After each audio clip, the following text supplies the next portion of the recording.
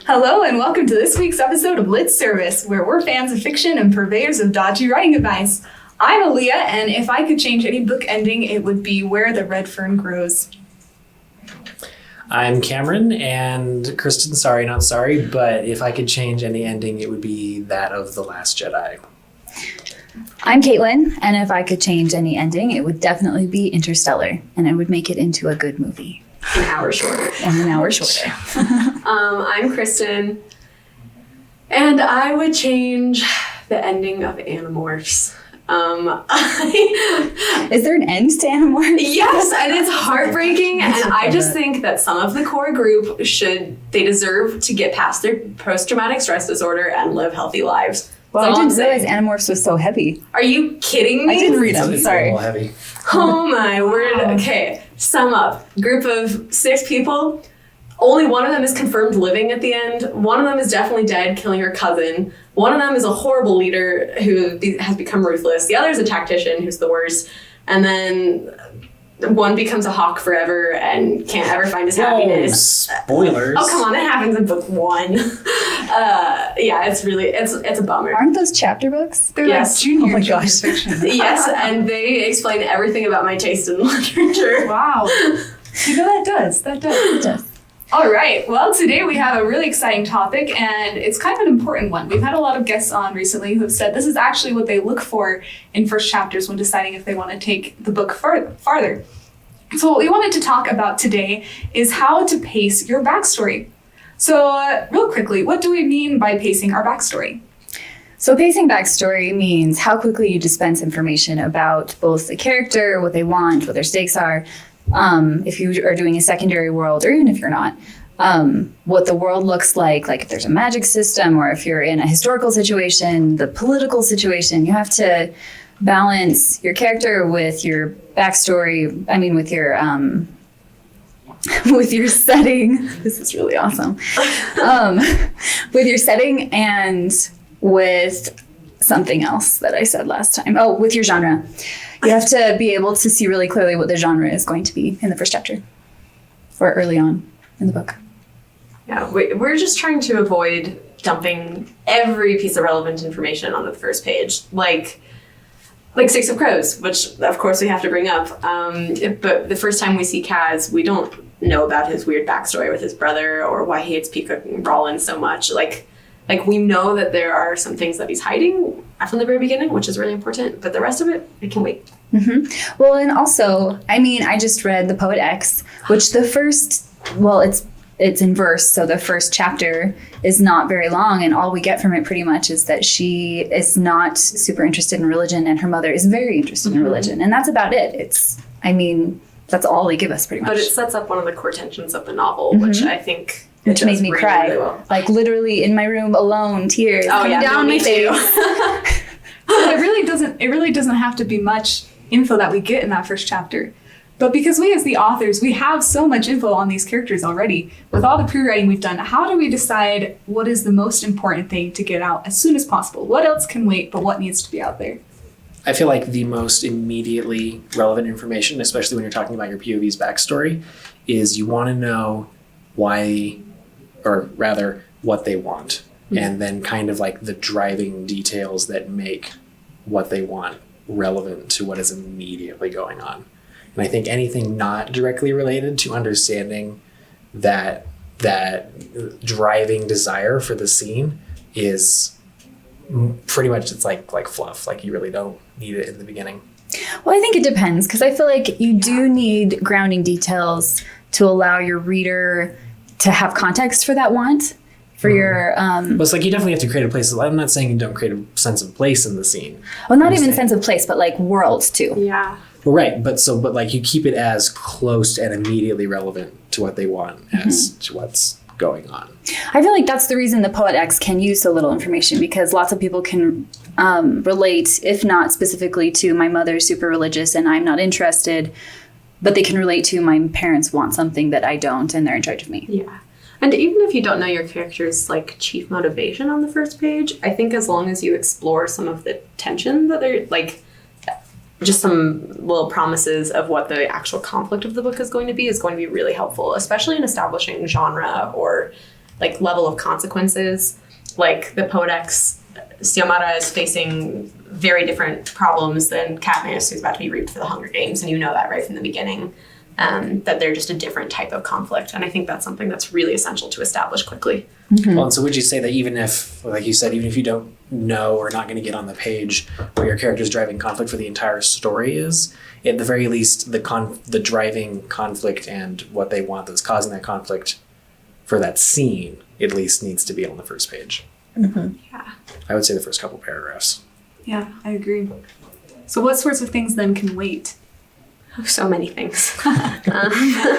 Well, I think, like, I'm reading a bunch of first chapters for something right now that I'm probably not allowed to tell people about because, yay. I mean, I don't know why people keep things secret, but I'm reading a bunch of first chapters right now, and one of the problems that I see, and, like, I think 99% of them is I don't know the main character's name. Like, they don't put it in at all, or it doesn't get to, like, the very end of the chapter. So, I mean, that's a really simple thing, but the name needs to be there relatively quickly. And some things that don't need to happen immediately, like I don't need to know what your character looks like necessarily. I don't need to know their entire backstory. I don't need to know, like for example, like Six of Crows, which it has an interesting model that it's using because there are flashbacks throughout it. So the whole point is it's using flashbacks as a way to make tension rise because we want to know these characters are in a tense situation. We want to know how they got there. Like Nina and Matthias, like why do they hate each other? We don't know. Oh, do they hate each other? They don't. I mean, they do, but they don't. There's lots of fun tension there. I think it's both. I think the answer to that is both. Of course it is. Yes. Well, and it's, I mean, and finding out and seeing how deep it runs and why is why that story is interesting. So having reactions on the page between the two of them was enough to know what their situation was. We didn't need to know the whole backstory, like you already said. So. And as readers, we're conditioned not to look for everything about a character all at once. Even when I think of my own writing, I have an idea for a character and I may not know their family situation. I may not know where they're headed in life, but I kind of discover those things as I'm writing, and readers kind of expect the same thing to happen more or less. Well, and that's how we interact with the real world, like actual people that we meet, that no one walks up to you and says, hi, my name is so-and-so and my father got slaughtered by some raiders. Like nobody does that. So it's kind of weird when your protagonist does the same thing, unless there's a very good reason that they feel the need to relate all of that at once. But that's a really, oh, go ahead. I was going to say, kind of go back to the Six of Crows example, especially with Matthias and Nina, there we go.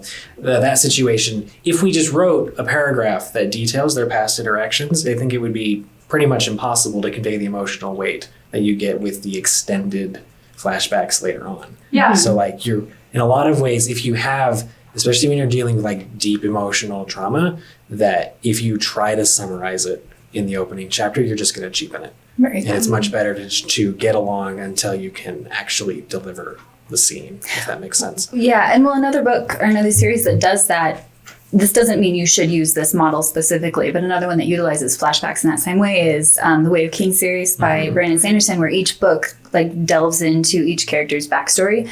And I think that you have readers in that genre that are willing to wait for it a little bit more. So you have to pay attention to your genre. And like if you're writing middle grade, you probably aren't going to have a big twisty backstory that reveals itself using an entire book because middle grade readers don't have that attention span.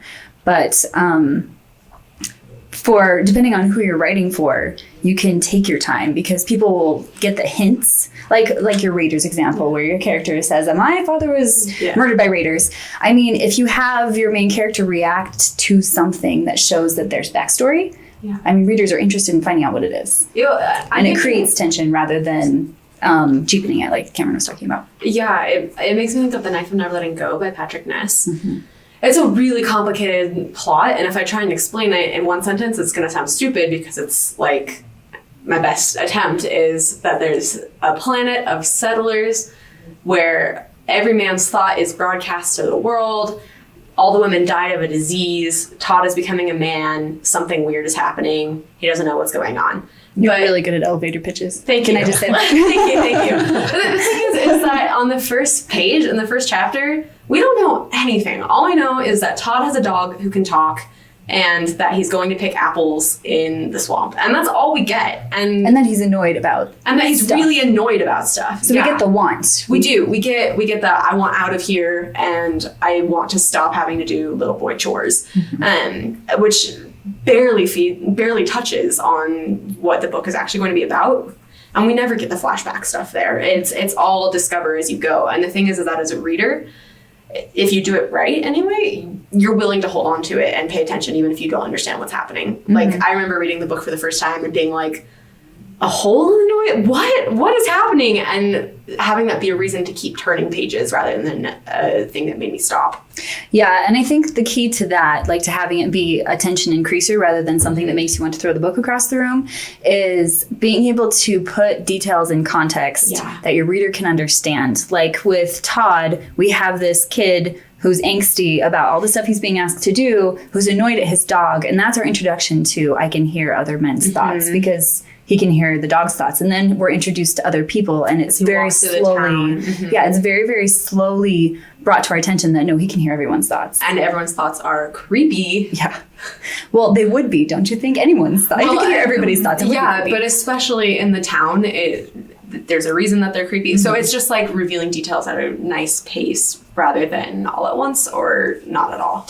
So it seems like a good rule then to judge if a detail is worthy of being part of the backstory in that moment is if you can pull it out of narration and work it into the scene. So it's more, we're getting it more in real time. And then you can really tell if the detail is pertinent to the action going on, or if it's just something that has helped you as a writer kind of shape your character's voice. I think, like you're saying, a really good rule to ask yourself is what happens in this chapter and what do my readers need to know specifically in order to put it in context? And if they don't need to know, like, where the crops come from or why they built a sidewalk on the side of the road or what kind of plants are there, like, you don't have to put that in unless it's immediately relevant. And you know, sometimes those details may, like Caitlin was saying, never come into the book. I know there are pages and pages of backstory that every author has that will never see the light of day, and thank goodness. But the things that do need to make it into a book eventually, I would say, are, I like to think of the personality islands in Inside Out, the things that make the main character who she is. And as readers, we're okay waiting for those, but by the end of the book, we should be able to have a pretty good grasp of what makes this person who they are. And I think the seeds of that need to be in the beginning. I think I'm going back to Animorphs as an example because I think this is something that they do so well. But at the end, obviously there's a big war, so all the characters end up different. But the seeds of what they become are, if you go back and read the first book, they're there. Like, Rachel is always getting into arguments, and Marco is really good at tactics and the games that he's doing, and Jake is the one they all crowd around. So like, you need to have a promise, I think, of what the character is going to become at the beginning. Just for continuity's sake, I just think that works really, really well in books when it happens.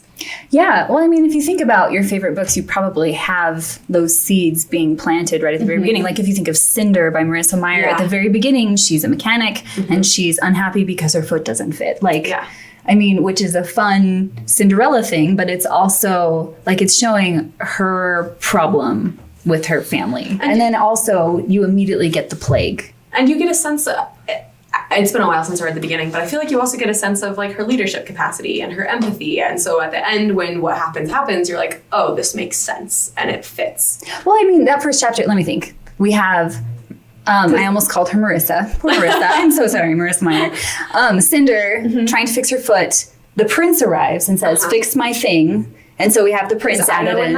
And Io's not in it yet. Okay. And then the kid across the street gets the disease that everybody's worried about, and then they burn everything down and she has to escape. Oh my word. And so we have like the main plot, but it's not like, and the plague is this thing. Like we don't even know what the plague looks like. We just know that she's afraid of plague, which immediately contextualizes in the next few chapters that when her sister gets the plague, that like all is lost. But there's a problem. Yeah. It's a big problem. A really big problem because there's no cure. This analysis is actually a perfect example because honestly, getting the rhythm right of a backstory is really tricky. And the only solution that I found is just practice, but especially reading your favorite books like that and analyzing what these authors have done, where the details come in and how those same details are important later, and maybe things you find out later in the series that you didn't know then and you didn't need to know then.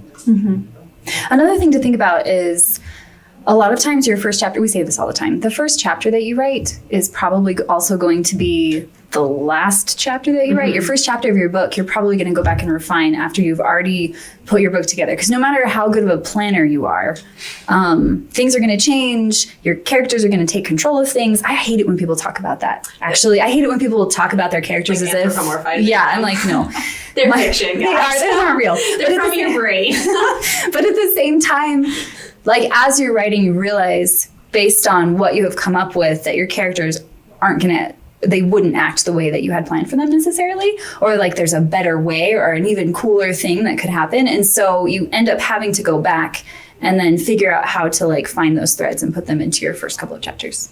It doesn't have to be the very first chapter. I was just reading, let's see, I think it was The Sweetness at the Bottom of the Pie, where, have you guys read that one? No, but it's a great title. So good. It's adult fiction, but it's from the perspective of like a 10-year-old girl who is like a chemist, poisoner person who like, Oh. but it's not, I was imagining like a sweet tale of baking. no, it's not that. She's like obsessed with death and poison. Her mother died when she was young. And of so, course. and then someone dies in her front yard pretty much. But like the first chapter is pretty much her escaping from a closet because her sisters gagged her and tied her up and locked her in there. But you don't know that that's what's happening because she's like, I've been locked in the closet and everything's the color of blood and my captors are stupid because they let me like cut my fingers out so I could undo it. So you know that she's really, really smart. Then she gets out and she like swings her pigtails and like goes down and talks to her dad. And her dad's like, where are your sisters? And she's like, I haven't seen them, at least not since they tied me up. So like we have a really good sense of this character, that she's really smart, that she's interested in things that most 10-year-olds are not interested in. And that is enough to get us moving forward in the story. And we didn't need to know that her, like, I think it mentions that her mother dies. But aside from that, we don't need to know more about her, like that she has this potions kit pretty much that she creates poison in until later. That's another excellent example. We're about out of time for this section of the podcast. Any final thoughts before we move on to the critique? I think we're good. Okay, awesome. Well, a quick reminder, we try to keep this non-prescriptive. If you'd like to check out the text of this submission and see all of our notes, check out our website, litservicepodcast.wixsite.com/litnation. If you would like a first chapter critique from us, you can find our submission guidelines there. So a quick summary. A young teenager's family fled the city after losing their mother to the plague. They finally return only to find that she might still be alive. Well, Dum, dum, or dum. at least walking or floating around. We don't get a whole lot of detail. Yeah, we don't know if it's ghost or, or a real person. So what are some things we liked about the submission? There was some really lovely language. One phrase in particular that I really liked was the one that talks about spires of churches are lifted up against the sky like hands pointed in prayer. I thought that was beautiful. There was some really nice characterization details too. I loved Helen is the sister, and there's a really nice detail about Helen and calluses that I loved. I also liked where she's not willing to get her hands dirty Yeah. and doing, so she hands off her chores. We all have a sister like that. Another characterizing detail was when she hushes the main characters so they don't upset the youngest sister. So we know a whole lot about both her, that she's taking care of her younger sister, and that her younger sister is excited